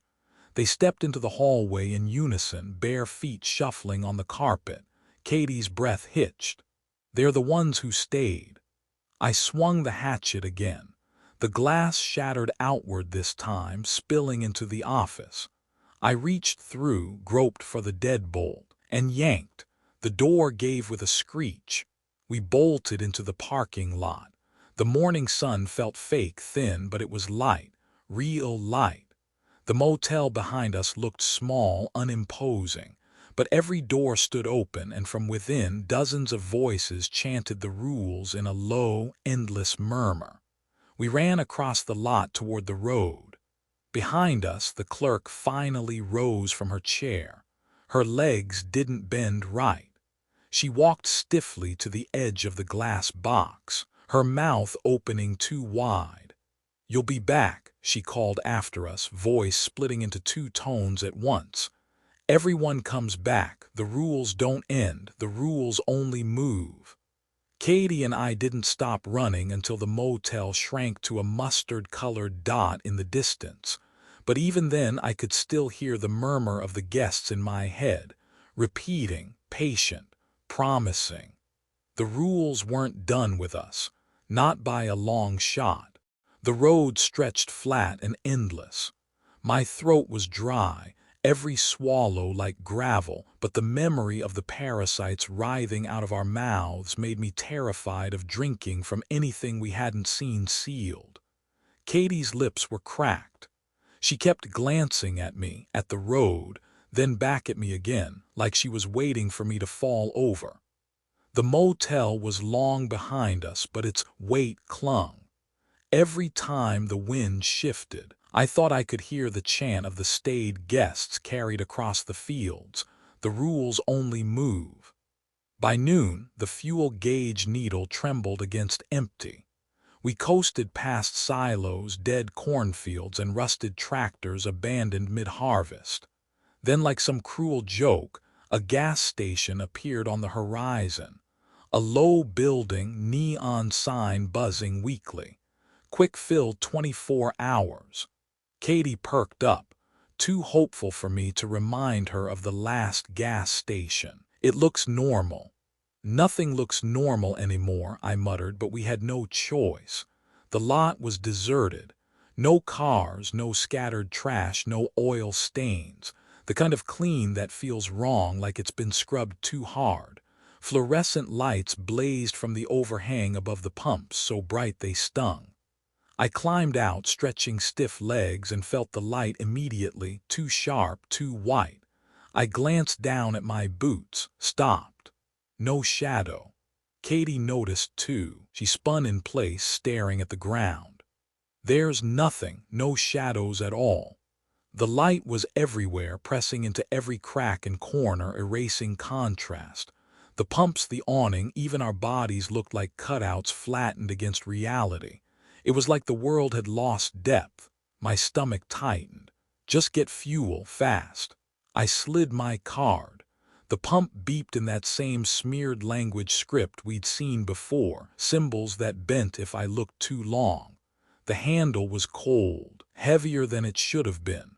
Liquid flowed, though the numbers on the screen didn't make sense, spinning forward and backward at once. Katie hovered by the door, clutching the packs. Her face was washed pale under the white light, eyes hollow. "I don't like this place." Neither did I. The door to the convenience store hissed open. My heart seized. A man stepped out, or at least he was shaped like one. Gas station vest, baseball cap, hands shoved into pockets. His face was lit flat by the overhead glow, but no matter how hard I looked, I couldn't make out features. His skin was smooth, blank. He walked across the lot slowly, footsteps silent. He passed within feet of me. Nothing, no acknowledgement, no shadow trailing behind. He just kept walking until he melted into the white light at the far edge of the lot and was gone. Katie whispered, "Did you see?" "Yeah." My hand shook on the pump handle. "Get in the truck now." She obeyed without a word. I shoved the nozzle back and climbed in after her. The gauge had barely moved, but I didn't care. I twisted the key. The engine sputtered, coughed, then roared awake. Relief cracked through me until I realized every light in the station had shut off at once. Darkness dropped like a curtain. Then the shadows came back, dozens of them. They spilled across the asphalt, stretching from nowhere, sharp and wild. Long arms, crooked legs, heads too big, too small, too many. They moved without bodies, slipping and bending, crawling up the pumps, skittering across the ground toward us. Katie screamed, "Go!" I floored it. The truck's tires squealed, grabbing asphalt, and we shot forward. A shadow slapped across the windshield, long fingers dragging, leaving streaks that smoked. Another clung to the side mirror, its faceless head pressing close before dissolving in the wind. We tore onto the highway, breath ragged, hands slick on the wheel. The station shrank in the rear view, swallowed by the dark. Katie hugged herself, rocking. Light, dark, doesn't matter, they are in both. She was right. I couldn't stop shaking, my skin crawling with the memory of shadows trying to crawl into us. But one thing was worse than the fear. I glanced at the gauge. The needle hadn't moved at all. Whatever I'd pumped into the truck, it wasn't fuel. The truck ran, but every mile felt borrowed. The gauge still read empty, yet the engine purred like it had drunk deep of something invisible, something that didn't belong in any tank. I didn't tell Katie, she already knew. Her silence in the passenger seat was heavy as stone. The highway stretched ahead, 4 lanes of nothing. No cars, no birds, not even roadkill. Just cracked asphalt and weeds pushing up like the world had been abandoned years ago. Then, finally, lights, red and blue. Katie sat up, hope trembling in her voice. Cops. A highway patrol cruiser blocked the road ahead, parked sideways across the lanes. Its strobes pulsed, cutting across the dark, painting the world in blood and bruise. 2 officers stood outside the car, flashlights in hand. Their uniforms looked right. Hats, badges, belts heavy with radios and holsters, but something about the way they stood was off. Too still, like mannequins waiting for permission to move. I slowed, not because I trusted them, but because I couldn't not. The flashing lights triggered some old part of me trained since childhood. Cops mean stop. One of the officers raised a hand, palm out, the universal sign. The other approached the driver's side window, beam of his flashlight cutting across my face.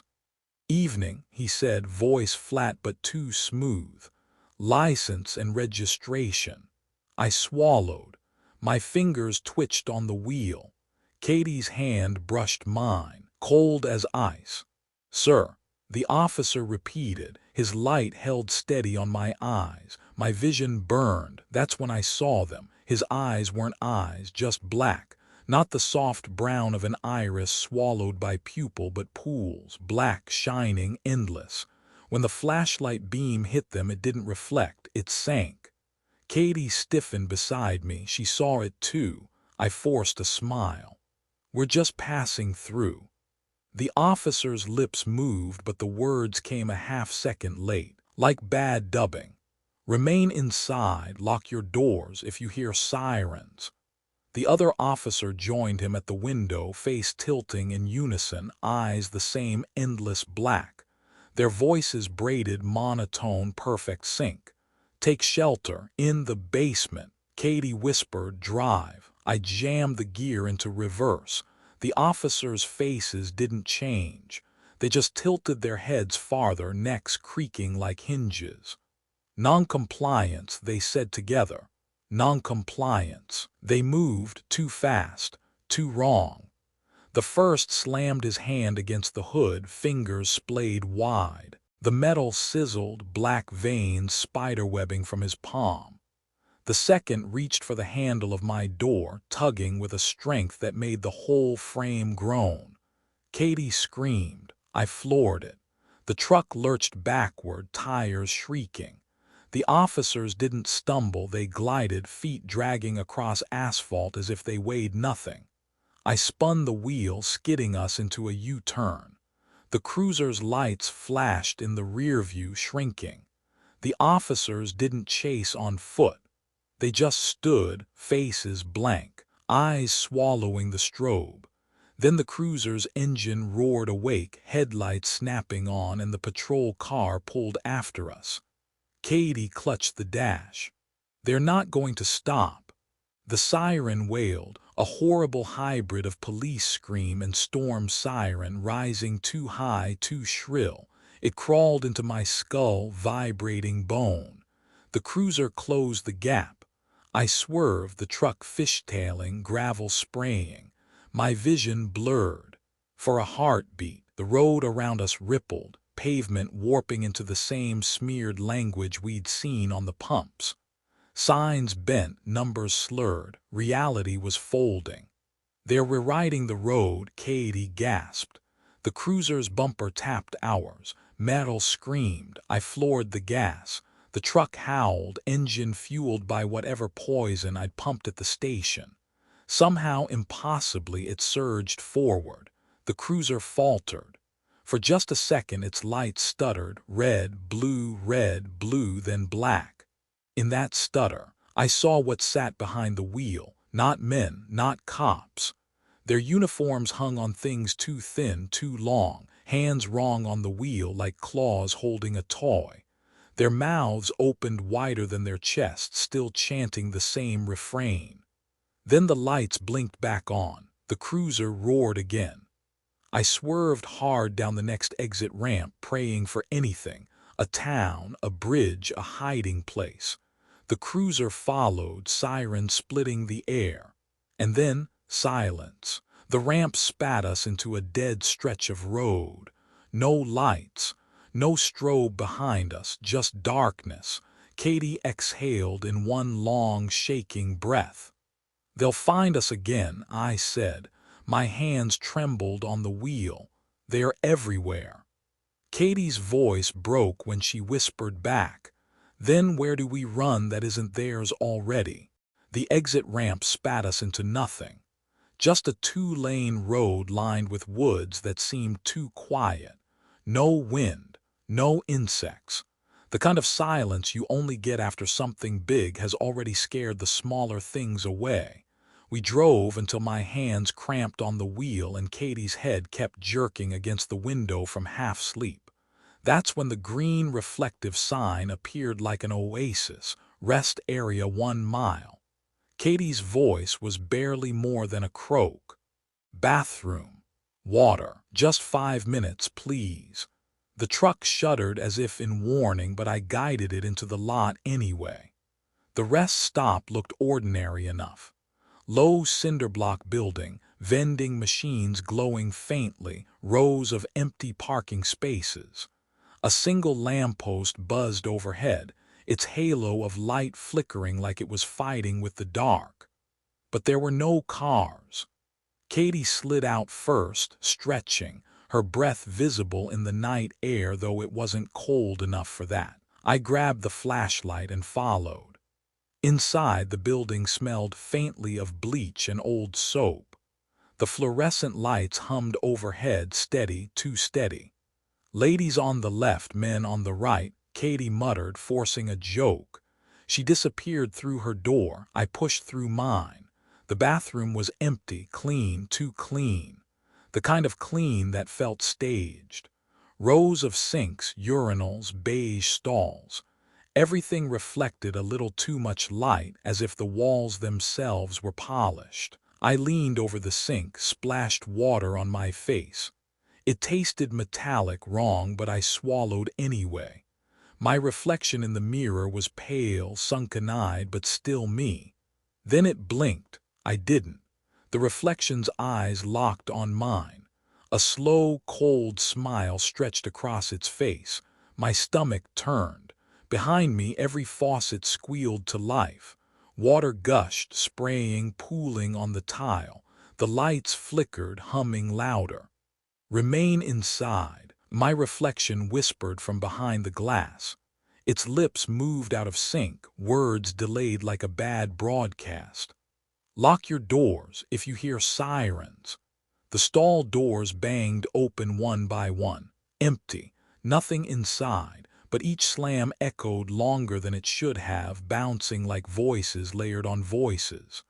I stumbled back, hitting the tiled wall. The mirror stretched, surface rippling like liquid. My reflection leaned forward, hands pressed against the glass from the other side, fingers too long, skin twitching, crawling like something moved beneath it. Katie's scream echoed from the other bathroom. I bolted.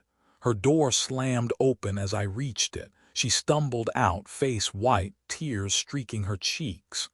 "It wasn't me," she gasped. "In there, it wasn't me." Behind her, the mirrors lining the women's restroom quivered like disturbed water. Dozens of Katies stared back, each with subtle differences, eyes too wide, mouths still smiling, hair shifting as if alive. They all whispered in unison, "Stay in the basement, stay in the basement." We ran. Our footsteps splashed through water already spilling into the hall. The vending machines flickered. Every glass surface in the building rippled, reflections pressing outward like hands against ice. Outside, the lamppost light buzzed, sputtered, then flared bright white. Shadows stretched across the lot, sharp and wrong. For a second, I thought I saw our reflections out there too, our own shapes standing 20 feet away, staring back. Katie grabbed my arm. "Truck, now!" We dove in. The engine caught on the first try, running smooth on the poison fuel. I floored it. The rest stop shrank in the mirrors, the building warping as though it were being sucked back into the dark. But my reflection didn't shrink. In the rear view, my mirrored self leaned closer and closer, grinning wide, whispering words I couldn't hear but could feel crawling in my ears. I flipped the mirror up. Katie hugged herself in the passenger seat, shaking. "They're not just outside anymore," she whispered. "They're inside us, waiting to take over when we're too tired to fight." I didn't answer, because I could feel it too, like a heartbeat that wasn't mine, thudding behind my eyes. The sirens wailed again in the distance, closer this time, layered like a choir.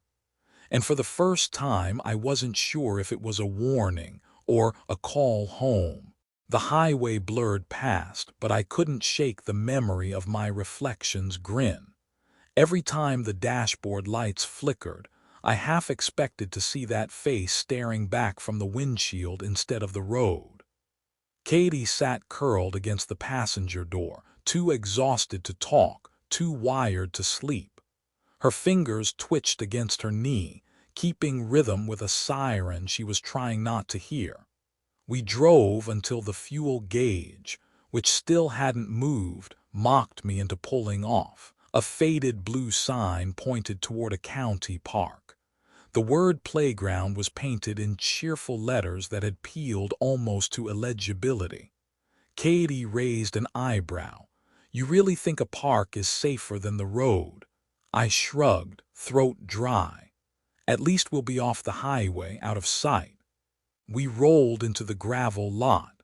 The park sat under skeletal trees, their branches clawing at a silver-gray sky. A jungle gym rusted in the center. 2 swings creaked gently in the wind, though I couldn't feel any breeze. The sight of it hit me in the gut. Playgrounds were supposed to be safe, American childhoods in a box of mulch and monkey bars. Seeing one empty, desolate, felt wrong in a way deeper than rot.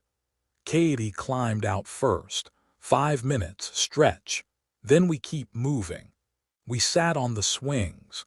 The chains groaned under our weight, the sound sharp in the empty night. Katie pushed off lightly, her sneakers dragging furrows in the dirt. For a moment I almost felt human again, almost. Then the other swing empty moved, slow at first, then higher, higher, as though a child were pumping their legs with invisible glee. The chain links jingled in perfect rhythm. Katie froze. "Tell me you see that." I nodded, throat tight. The air shifted, and then we heard it. Laughter, high, sharp, and wrong. A child's voice echoing where no child sat.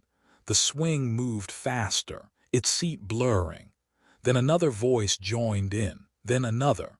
Soon the whole playground sang with them, merry-go-round creaking, seesaw thudding, slide rattling with phantom weight. "Stop," Katie whispered, "please stop." But the voices grew clearer, not children, not really, just imitations, high-pitched, warped, repeating fragments like broken toys. "Push me higher. Your turn, don't go home yet." The words looped, overlapping too fast, and then they all shifted into one refrain, in a chorus that shook the rusted monkey bars. "Stay in the basement, stay in the basement." The swings clanged. The merry-go-round spun so fast its bolts screamed.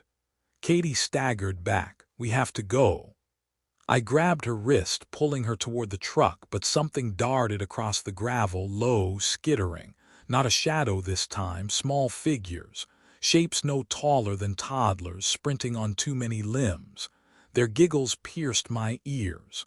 One of them grabbed my ankle, cold, wet. Its hand or claw or whatever it was slipped under my jeans and touched bare skin. My leg went numb instantly. I kicked hard. It shrieked, a sound like static, then dissolved into black mist. The others scattered, crawling back into the playground equipment, their laughter bubbling in the pipes of the slide, the hollow bars of the jungle gym. Katie yanked me forward. We dove into the truck. The engine roared, fueled by whatever poison kept it alive. Gravel sprayed as I floored it out of the lot. The swings kept moving in the rear view, still swinging, still laughing. Katie held her head in her hands. "They're in everything, every place we thought was safe. They're turning it all against us." I gripped the wheel so tight my knuckles cracked. My legs still tingled where the child thing had touched me. Numbness crept higher. "Not safe," I whispered. "Not anywhere." The sirens returned, faint but closer now. They weren't chasing us anymore. They were guiding us toward something. The numbness in my legs spread as we drove. I kept flexing my toes, willing them to move, but every mile made it harder. Katie noticed. She didn't say anything at first, but her eyes kept darting to my foot, then to my face. Finally, she whispered, "It touched you, didn't it?" I gripped the wheel tighter. "It didn't stick." I kicked it off. She didn't believe me. I didn't believe me. The sirens faded again, replaced by the low hum of insects, or something pretending to be insects, in the fields. The road narrowed, trees crowding close until headlights swept across a mailbox leaning at an angle. Painted letters read, "McCready Farm." The gravel drive stretched half a mile before ending in a farmhouse, 2 stories, white paint peeling. Every single window was lit. Bright yellow light poured into the night like the house itself was on fire from within. Katie's breath caught. Light. That means people, maybe help. Or bait, I thought. But the truck was coughing now, engine hiccuping like it was choking on whatever black fuel I'd given it. We didn't have another choice. We rolled to a stop in front of the porch. The lights inside were too steady, too perfect, like the glow of a stage set, not bulbs. Katie climbed out, clutching her backpack. "If anyone's alive in there, we have to try." The porch boards groaned under our weight. The front door was unlocked. Inside, warmth. The kind of cozy warmth that makes you think of holidays. Lamps in every corner, chandeliers overhead, wall sconces blazing. Every room visible from the hall was bathed in gold light, shadows banished completely, too completely. I noticed it when Katie walked ahead of me. She cast no shadow, neither did I. We froze. Maybe it's just the light being too strong," she stammered, but her voice didn't convince even herself. We crept through the living room. Plates of food sat on the table, roast chicken, bread rolls, a pie half sliced. Steam curled from every dish, though no one sat at the table. Katie reached for the chicken. I grabbed her wrist. "Don't." She bit her lip and pulled her hand back. From upstairs came a sound, footsteps, slow, measured. We backed into the hall. The steps descended, creaking down the staircase. At first, nothing. Then a man appeared. Tall, broad, wearing suspenders, a plaid shirt. His smile was wide, teeth perfect, too perfect. His eyes glowed faintly yellow, the same color as the light flooding the house. "Evening," he said. His voice was warm, practiced. "You're just in time for supper." Katie's voice cracked. Where is your family?" He tilted his head as if he didn't understand the question. "All here." That's when I saw them, not people. Shadows of people, burned outlines on the walls, frozen in poses. A woman at the stove, a boy with a toy truck, a girl braiding her doll's hair. All of them were shapes of soot against the wallpaper, as if they'd been scorched into place. Katie gasped. The man's smile widened. "They don't eat much these days, leaves more for guests." The chandelier above us buzzed, growing brighter. My skin prickled.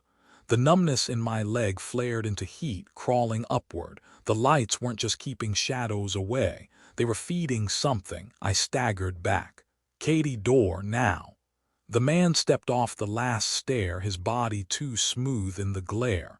No pores, no wrinkles. His skin looked like wax, half melted. "You can't leave hungry," he said softly. His shadow finally appeared on the wall behind him, except it didn't match. It was taller, its arms too long, its head twitching like an insect. Katie yanked my arm. We sprinted for the door. The lights flared blinding white, humming so loud my teeth ached. My skin felt like it was peeling away under the glow. The man's footsteps thundered behind us, faster now, pounding the floor. We burst onto the porch.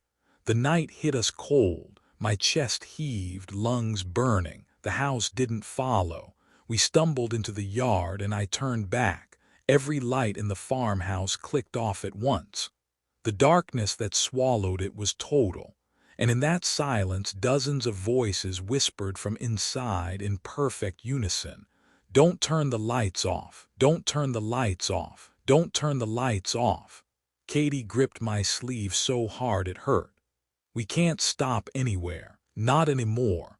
But my leg burned, crawling higher, and I knew soon I might not get a choice. The farmhouse was gone, swallowed into black fields behind us, but the voices clung like burrs. "Don't turn the lights off. Don't turn the lights off." They circled my skull with every heartbeat. Katie sat curled against the door, knees hugged to her chest, eyes fixed on the horizon. My leg throbbed with heat where the playground thing had touched me. I didn't tell her it had crawled past my knee now. Every pulse carried it higher. The road bent, and suddenly there it was. A town. Street lamps glowed on every corner, brighter than I'd seen in weeks. Storefronts were lit, windows alive with color. Music drifted faintly on the night air. A brass band, cheerful and loud, playing the kind of marching tune you'd expect at a 4th of July parade. Katie sat up, voice thin with wonder. "Oh my God, people." I slowed. Figures lined the sidewalks. Families waving, kids on shoulders, old men tipping hats. Floats rolled down the main street, papier-mâché animals, balloons, high school cheerleaders tossing batons. It was America in a snow globe, too perfect. Katie's hands trembled. Maybe they don't know, maybe they are safe here. I wanted to believe her. I wanted to drive right into that town and forget every rule we'd broken, everything that had chased us. I wanted the smell of popcorn, the chatter of voices, the ridiculous optimism of marching bands. But as we crept closer, the details sharpened. The floats didn't roll on wheels. They glided smooth, like they were being carried on invisible rails.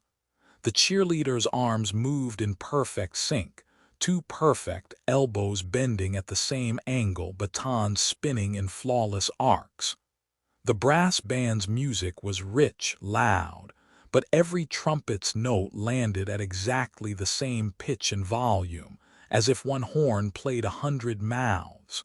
And the faces, at first they looked ordinary, but then I noticed every smile was the same, wide, fixed, too many teeth. Even the children grinned with mouths too big for their skulls. Their eyes gleamed black under the streetlights, catching nothing. Katie whispered, "They're not waving at the floats." She was right. Every single head on the sidewalks had turned toward us. Not one blinked. Hundreds of smiles stretching wider, waiting. The brass band shifted songs without pause. The melody bent mid-bar, flowing into something else, louder, sharper, a hymn. "Remain inside, lock your doors." Katie slapped her hands to her ears. "Not again." I floored the gas. The truck shuddered forward. The crowd parted neatly like a curtain. The parade rolled aside, floats gliding backward to make way, but their faces never broke. Smiles too wide, black eyes locked on us. As we barreled down the street, voices rose in chorus, swallowing the brass. "If you hear sirens, take shelter in the basement." The sound was deafening, swelling, reverberating through my skull. My legs spasmed, infection surging with the rhythm. Katie screamed, "They're trying to pull you in, don't listen." We shot through the other end of town. The lights flickered, then snapped out one by one as though the whole place had never been. When I glanced in the mirror, the parade was gone. No floats, no band, no people, just an empty street choked with weeds. Katie sobbed into her hands. "They're rewriting towns now, whole towns." I didn't answer. My hands shook too hard on the wheel, because for a moment when the hymn swelled, I had wanted to stop the truck, to climb down, to take my place on the curb and smile with them. And I wasn't sure next time I'd be strong enough not to. The road dwindled into farmland again, just black fields rolling under a starless sky. Katie hadn't spoken in over an hour.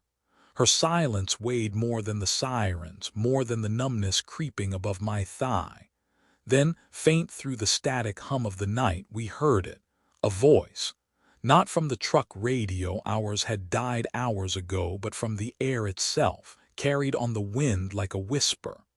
"Reporting live, remain indoors, basements are safest."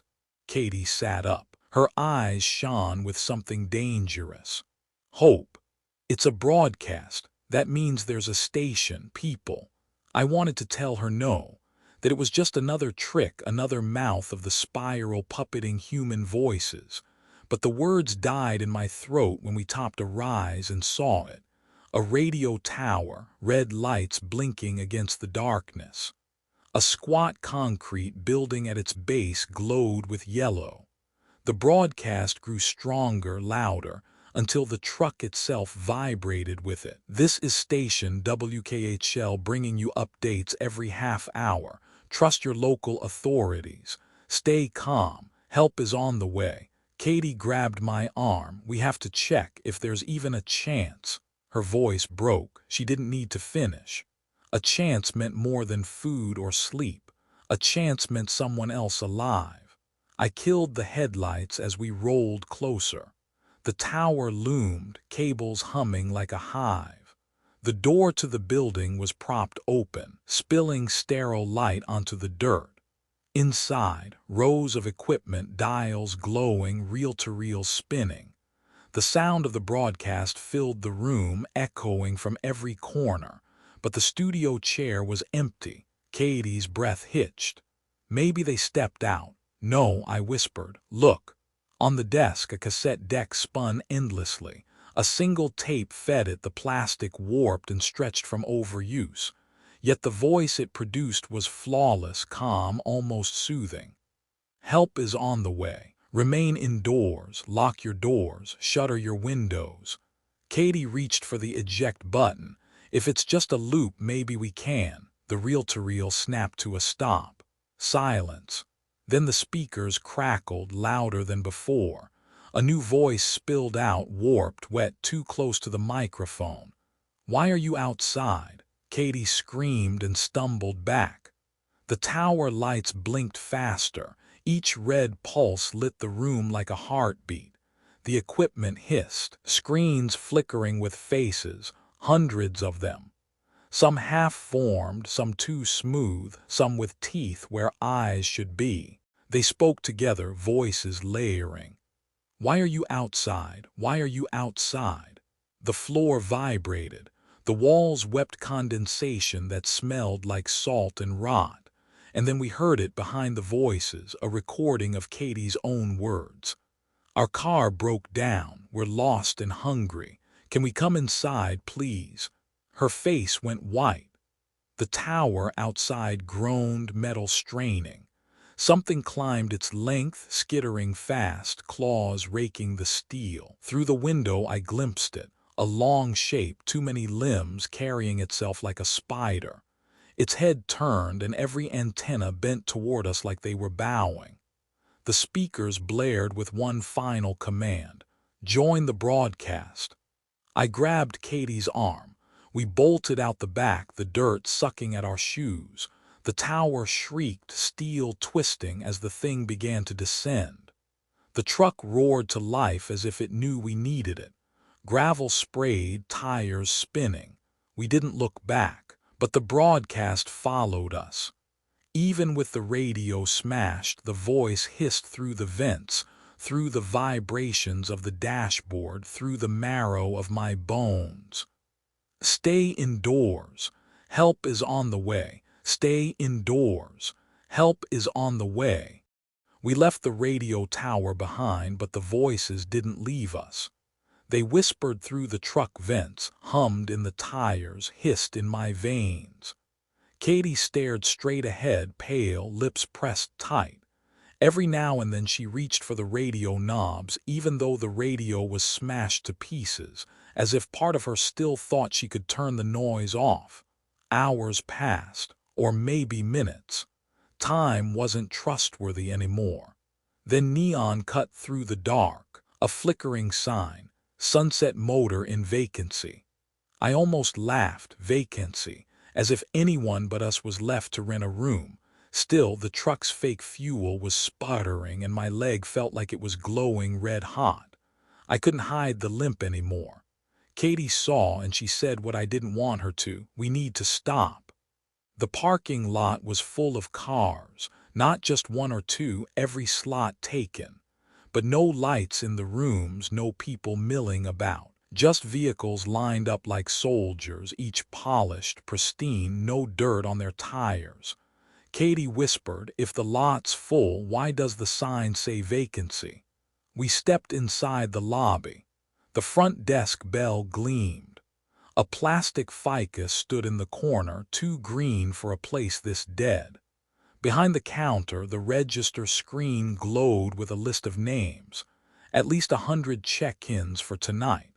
But the guest book beside it was blank. Katie's hands trembled as she flipped a page. All empty.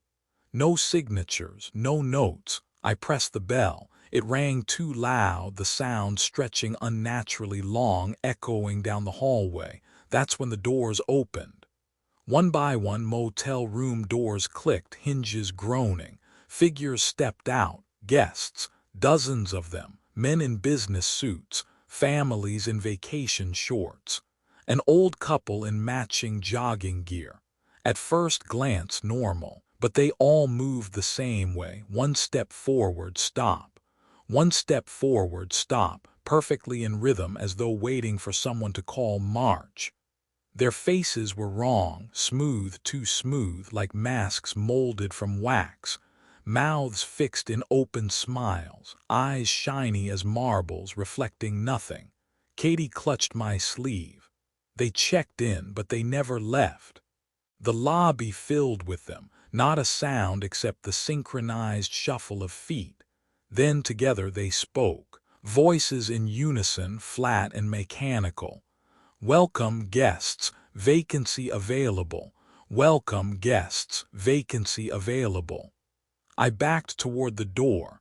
My infected leg screamed with heat, almost buckling. Katie tried to drag me, but the figures closed ranks, cutting us off. One of them, a wax-faced man in a Hawaiian shirt, tilted his head, mouth moving faster now. His voice cracked, warped like a recording played too slow. "Room 12 reserved for you." Katie screamed. She pulled me hard and we bolted down the hall. The figures didn't run. They didn't need to. Their heads all swiveled to watch, teeth glinting in identical smiles. We shoved into room 12. The light flicked on instantly, though we hadn't touched the switch. 2 suitcases sat on the bed, tags labeled with our names. My handwriting, Katie's handwriting. She went white. "We've never been here." The TV blared to life. A local news anchor stared back, plastic smile, parted hair. His voice rolled from the speakers, smooth and cold. "Storm warning still in effect. Guests are advised to remain in their rooms. Lock your doors. Shelter in place." On screen, the anchor's smile widened. His eyes shimmered black. And then, with perfect clarity, the TV spoke in my own voice. "Katie, stop fighting. It's safer if we stay." Katie dropped the remote. Her whole body shook. She looked at me like she didn't know which version of me to believe. I grabbed her hand and yanked her toward the bathroom window. Behind us, every door in the hallway slammed open at once. The wax guests began to march. We didn't sleep in the motel. We didn't breathe. We didn't stay. Katie shoved the bathroom window open and we tumbled out into the night, scraping our hands on gravel as the marching behind us grew louder. The wax guests filled the hall, voices chanting in unison. "Vacancy available. Vacancy available. Vacancy available." We ran until the neon sign was only a smear in the dark. My infected leg dragged, every step a battle. The heat inside it had spread to my hip now. With every stride I felt something writhing under the skin, like worms testing the edges of their cage. Katie noticed. She didn't say anything. She just kept holding my hand tighter, like she could anchor me in place if the infection tried to carry me away. That's when we heard it. A bell, low, deep, rolling across the fields. Katie gasped, tears bright in her eyes. "A church. There's a church nearby." I wanted to tell her no. Churches weren't safe anymore. Nothing was safe anymore. But the sound tugged at me, pulling with a gravity older than reason. Bells meant sanctuary. That's what we were raised to believe. The silhouette appeared first, a steeple stabbing the sky, cross-tilting at its tip. Light blazed from the stained glass windows, blues, reds, and golds bleeding across the grass. The bells tolled again, louder now, shaking my ribs. Katie gripped my arm. "Maybe they can help us. Maybe a priest survived. Maybe." Her hope broke my heart. I let her lead me up the steps. The church doors were open. Inside, pews lined with bodies. At first, I thought they were sleeping parishioners. Then I saw their heads tilted back, mouths wide, eyes empty. They weren't sleeping. They were ringing. Each hollow throat boomed with the bell's note, chest cavities vibrating in harmony. The sound wasn't coming from the steeple. It was coming from them. Katie clapped her hands to her ears. "Stop it, stop it." But the choir of bodies didn't stop. Their mouths stretched wider, skin cracking at the corners. The sound grew so intense I felt it pressing into my infected leg, vibrating the worms inside until they writhed wildly, eager to burst free. And then the voices changed. They weren't bells anymore, they were words. "Join us, join us, join us." The pews shook as the bodies rose, not standing, floating. Their jaws unhinged. each throat glowing with the same gold light that poured from the farmhouse windows. Katie screamed and dragged me toward the altar. The crucifix above it was warped, the figure stretched too long, arms bending at wrong angles. It wasn't Christ hanging there anymore. It was something that had learned how to look like him. The bells boomed again. My leg split open at the thigh. Black worms spilled across the stone floor, squirming toward the glowing bodies in the pews. Katie grabbed the hatchet from my pack. "Don't let them take you," she cried. Her face was a storm of terror and defiance. For a moment, I thought she meant to cut the infection out of me. I almost begged her to. But then she swung at the altar instead, splintering the wood, knocking the warped crucifix crashing down. The sound shattered. The bell voices faltered, screeching out of sync. The bodies in the pews fell limp, jaws cracking on the floor. But outside the church, the sirens started again, closer than ever. Dozens, hundreds. Katie pulled me through the side door and we staggered into the graveyard. The earth trembled under our feet, headstones rattling. From the far end of the cemetery, shadows rose, figures tall as trees, limbs twisting like smoke. Their heads turned toward us. The sirens blared louder, a chorus of hunger. Katie grabbed my face, eyes locked on mine. "We can't run forever." Her words cut through the storm. I didn't know if she meant we should fight or if she meant this was the end. But as the first shadow lunged, blotting out the stained glass glow, I felt something in my infected leg shift. Not resisting anymore, waiting. And for the first time, I wondered if the spiral hadn't just been chasing us, maybe it had been changing us. The bells tolled again. The grave split open, and the night swallowed everything. I don't know how long it's been since the church. Minutes, hours, days. The bells are still inside me, ringing with every heartbeat. Katie is gone, or maybe she isn't. Sometimes I hear her voice right beside me, telling me to keep moving. Other times I see her face in the reflection of broken glass, smiling too wide, eyes too black. I can't tell which version is real anymore. I'm writing this from a diner booth off a highway that doesn't show up on any map. The jukebox hums, but no one's put in a coin. The waitress never blinks. The other patrons don't chew. They just sit, their forks frozen halfway, grinning at nothing. The TV above the counter plays the news. Same anchor, same suit, same teeth. He looks straight at me and says, "Storm warning remains in effect. Remain indoors, lock your doors, shelter in place. If you hear the bells, it's already too late." I can't turn it off. The remote doesn't work. My leg is no longer mine. The worms crawl higher, and sometimes I think I hear them whispering through my veins. Not words exactly, just agreement. A chant that grows louder every time I blink. "Join us, join us, join us."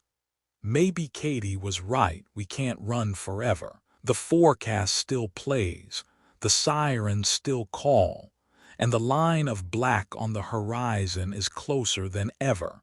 If you're hearing this, if you're reading this, don't believe the warnings, don't trust the voices, and whatever you do, don't go looking for the light.